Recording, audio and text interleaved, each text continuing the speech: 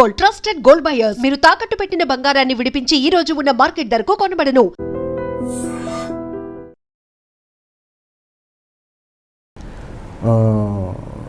నేను ఎక్కడ రామానాయుడు స్టూడియో 18లో ఉంటే ఆయన ఎవరో సురేష్ రెడ్డి అని ఒక ఆయన వచ్చారు. వచ్చి సార్ ఇప్పుడు ఈ వేషానికి డేట్లు కావాలి సార్, లేదా నాకు జుట్టు లేదు, నేను ఎప్పుడే అనసూయ నుంచి బయటకు వచ్చాను, జుట్టు ఇంకా పెరుగుతాను, పర్లేదు సార్ ఇలాగే ఉన్నా, ఓకే చేస్తాను. ఏంటి వేషం ఏంటంటే మీరు ఒక లాయర్ సార్, మీకు సెపరేట్ ట్రాక్ ఉంటుంది,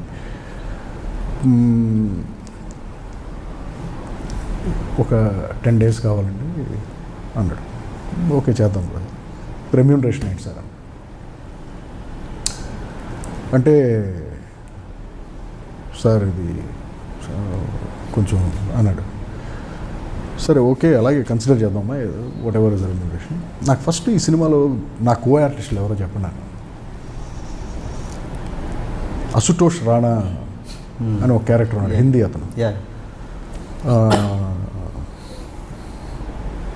ఓకే ఆయనకి ఎంత ఇస్తున్నారు రెమ్యూనరేషన్, ఆయన ఎన్రోల్ చేస్తాడు, ఎంత ఇస్తున్నారు రెమ్యూనరేషన్, ఇది ఈ రేషియోలో ఇస్తున్నాం సార్, ఎంత ఇస్తున్నాం సార్. టోటల్గా ఆయనకి ఇచ్చే దాని మీద ₹1,00,000 నాకు ఎక్కువ ఉండాలి.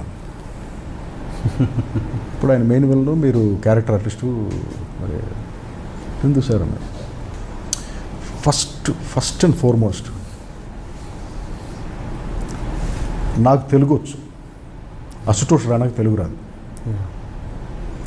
2 నా భుజాల దగ్గరికి వస్తాడు అతను, నా అంత హైట్ లేడు. 3 నా ఇంట్లో నేను ఉంటాను, బిజినెస్ క్లాస్లో ఢిల్లీ నుంచో బాంబే నుంచో నేను రాను ఇక్కడికి, నా మేకప్ మ్యాన్ రారు, నాకు అసలు మేకప్ మ్యాన్ లేడు, నాకు అసిస్టెంట్ లేడు, నా కారు నేను వేసుకొస్తాను, నాకు డ్రైవర్ భత్తా ఇవ్వక్కర్లేదు మీరు.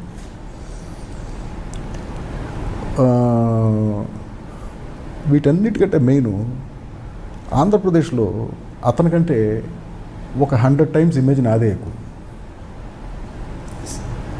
మరి నాకంటే అతనికి ఎక్కువ డబ్బులు ఎందుకు ఇస్తున్నారని అడిగాను.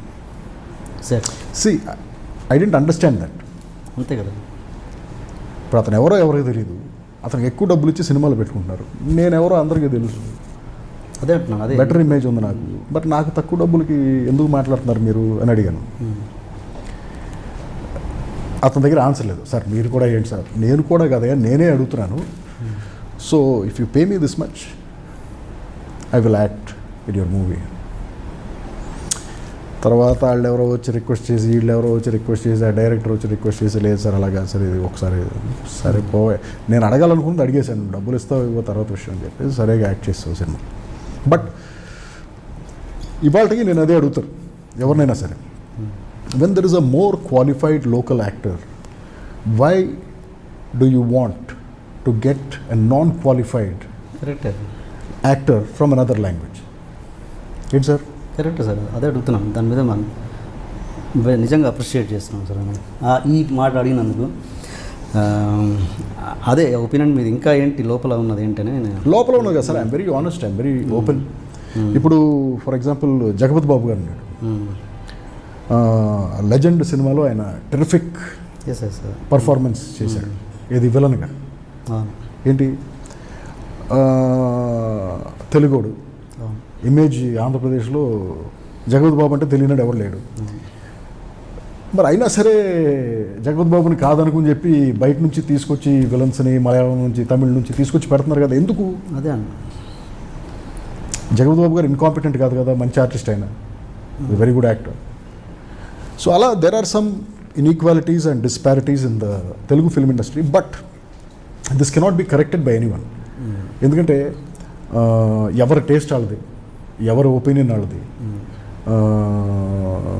It could be the director, it could be the producer, but common సెన్స్తో ఆలోచిస్తే ఎస్ మనం చేసేది తప్పే, బట్ తెలిసి కూడా మనం తప్పు చేస్తున్నామంటే వి డిజర్వ్ ఇట్, అంతే కదా. సో మీరు ఎప్పుడన్నా మీ తోటి ప్రొడ్యూసర్స్ తోటి ఎవరైనా పెద్ద ప్రొడ్యూసర్తో డిస్కస్ చేస్తుంటారు ఈ మ్యాటర్ ఇలాంటివి? ఏంది నన్ను ఎవరన్నా అడిగితే నా ఒపీనియన్ అడిగితే చెప్తాను, బట్ నేను అసలు యాక్చువల్గా ఇండస్ట్రీలో ఇంటరాక్ట్ అయ్యేదే తక్కువ. I'm an introvert, I don't public ప్లేసులకి ఎక్కువ వెళ్ళను, I don't go to functions. నేను ఇంటరాక్ట్ అయ్యేది ఏదో ఇద్దరు ముగ్గురితో మ్యాక్సిమం అంతే. సో నాతో పెద్ద ఎవరు అడగలేదు.